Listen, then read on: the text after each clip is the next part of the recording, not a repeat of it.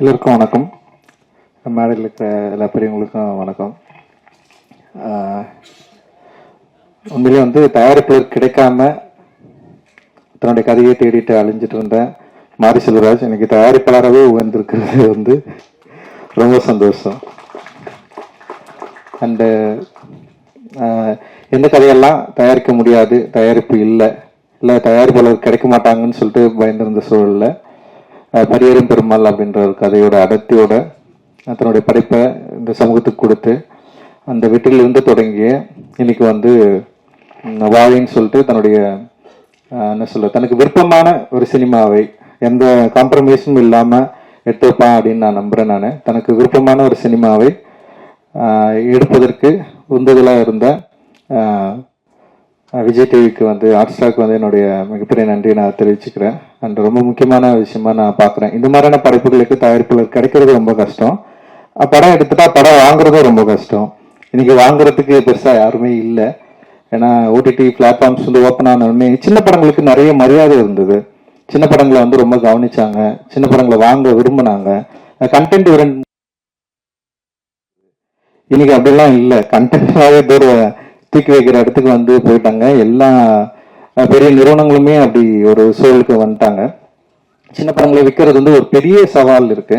தயாரிப்பாளர்களுக்கு ரொம்ப மோசமான ஒரு காலகட்டமா இது நிகழ்ந்துட்டு இருக்கு. ஸோ இது எப்படி மாறும்னு தெரியல. ஆனா அந்த வகையில மாரி செல்வராஜ் தப்பிச்சிட்டான்னு நினைக்கிறேன். இந்த படத்தை ஹாட் ஸ்டாரே தயாரிச்சதுனால அந்த டிஜிட்டல் விற்கிறதுல அவனுக்கு எந்த பிரச்சனையும் இல்லாம போயிடுச்சு. ஸோ டிஎஃப்எக்ஸும் ஈஸியா வித்துருவான் அப்படின்னு நான் நினைக்கிறேன். ஸோ தயாரிப்பெல்லாம் இருக்கிறதுல எனக்கு இருக்கிற பிரச்சனையே நான் ஷேர் பண்ணிக்கிறேன். அண்ட் கண்டென்ட் ஓரியன்டா இந்த மாதிரி ஒரு படத்தை எடுக்கிறப்போ என்னன்னா ரொம்ப முன்முடிவோட இது எங்களோட சேட்டலைட்டுக்கு இது ஒத்து வராது, எங்க சேனலுக்கு இதெல்லாம் பார்க்க மாட்டாங்க அப்படின்னு சொல்லிட்டு ரொம்ப முன்முடிவா இன்னைக்கு பெரிய நிறுவனங்கள் ரொம்ப ஸ்டப்பனா தயாரிப்பாளர்களுக்கு சப்போர்ட்டே பண்ணாம பெரிய பிரேக் போட்டுட்டு இருக்காங்க. அண்ட் இது எப்படி சரியாகும்னு எனக்கு தெரியல. நிறைய தயாரிப்பாளர்கள் அற்புதமான சினிமாவை வச்சுக்கிட்டு நல்ல திரைப்படங்களை எடுத்துட்டு ரீச் பண்ண முடியாத ஒரு சிக்கல் இன்னைக்கு இருந்துட்டு இருக்கு.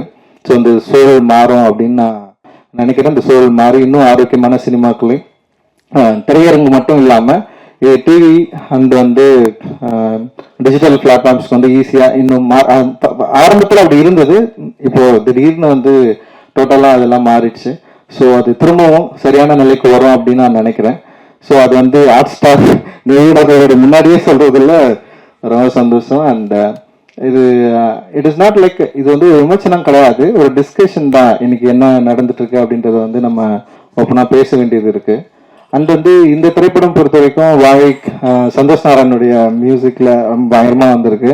அண்ட் தி செம சூப்பரா பாடியிருக்காங்க. அண்ட் சந்தோஷ் ரொம்ப நாள் கழிச்சு நான் மீட் பண்றேன். சூப்பர் மாமே, ரொம்ப சந்தோஷம் உன்னை பார்க்கறதுல. அண்ட் வாழை நிச்சயமா சந்தோஷம் மாரி செல்வராஜுக்கும் இன்னும் நெருக்கமான ஒரு படைப்பா இருக்கும் அப்படின்னு நான் நம்புறேன். ரொம்ப க்ளோஸான ஒரு படைப்பா இருக்கும் அப்படின்னு நான் நம்புறேன். இது மக்களுக்கு ரொம்ப பிடிக்கும் அப்படின்னு எனக்கு தோணுது. பிகாஸ் ஆஃப் லைக் சொல்றது வாழ்க்கையில சில பேர் முன்முடியோட இருக்கிறாங்க. சில பேரோட வாழ்க்கையில சில விஷயங்கள் இப்படிதான் இருக்கும் அப்படின்னு சொல்லிட்டு அது அப்படி இல்லை. ஆக்சுவலி எல்லாருடைய வாழ்க்கையிலும் பல சுவாரஸ்யமான சம்பவங்கள் இருக்கு, உணர்வை வச்சுக்கூடிய சம்பவங்கள் இருக்கு. அதை படைப்பாக்குறப்போ கதையாக்குறப்போ அது ஆடியன்ஸ் அதை கனெக்ட் பண்ணிக்கிறப்போ ஒரு பேரனுபவம் நிகழ்வதற்கான வாய்ப்பை திரையரங்குகள் தான் நமக்கு எப்பவுமே உருவாக்கி கொடுத்துருக்கு. ஏன்னா லிமிடேஷன்ஸ் சமூகத்தில் இருக்கு, லிமிடேஷன் பெரிய நிறுவனங்கள் கிட்ட இருக்கு. ஆனா திரையரங்கு போற வரைக்கும் டிஸ்ட்ரிபியூட்டர்ஸ் கிட்டமே அந்த லிமிடேஷன்ஸ் இருக்கு.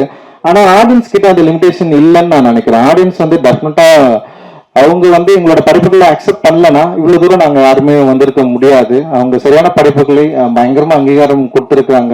அதனாலதான் ஒரு சின்ன படம் எடுத்தாலும் கூட கூழாங்கல் இயக்குனர் இந்த மேடையில உட்காந்துருக்காரு. அண்ட் அவருக்கு பெரிய அங்கீகாரம் உலக அளவில் கிடைச்சாலுமே அவருக்கு சரியான மரியாதை தமிழ் சமூகத்தில் கொடுக்கப்பட்டிருக்கு. இங்க திரை உலகத்துல அவருக்கு கொடுக்கப்பட்டிருக்கு அப்படின்றது ரொம்ப முக்கியமானதா நான் பாக்குறேன். அண்ட் மாரி செல்வராஜோடைய வளர்ச்சியில ராம் சார் ரொம்ப ரொம்ப முக்கியமானவரா அவன் அடிக்கடி அவன் சொல்லியிருக்கான், நானும் பார்த்திருக்கிறேன். அண்ட் அவருடைய அக்கறை, அவனை உருவாக்கிய விதம், அவனை உருவாக்குவதற்கு அவர் கொடுத்த புத்தகங்கள் அப்படின்றது ரொம்ப முக்கியமானதா நான் பாக்குறேன். ஸோ ஒரு புத்தகம், அப்புறம் சரியான ஆசிரியர், இருந்தா ஒரு நல்ல மாணவன் உருவாவதற்கு மாரி செல்வராஜ் வந்து ஒரு நல்ல உதாரணம். ஸோ அவர் வந்து தொடர்ந்து நிறைய திரைப்படங்களை அந்த சமூகத்துக்கு பலனளிக்கக்கூடிய திரைப்படங்களை எடுக்கணும் அப்படின்றது வந்து என்னுடைய விருப்பம். அண்ட் நானும் மாரி செல்வம் கூட சேர்ந்து இப்போ பைசன் சொல்லிட்டு ஒரு படம் பண்ணிருக்கோம். அதுவும் ரொம்ப இன்ட்ரெஸ்டிங்காக வந்துருக்கு. அண்ட் அதுவுமே வந்து ரொம்ப முக்கியமான திரைப்படமா மாறதுக்கான எல்லா வாய்ப்புகளும் இருக்கு. அண்ட் எல்லாருக்கும் வாழ்த்துக்கள். மேடையில் இருக்கிற எல்லாருக்கும் என்னுடைய நன்றிகள். மகிழ்ச்சி.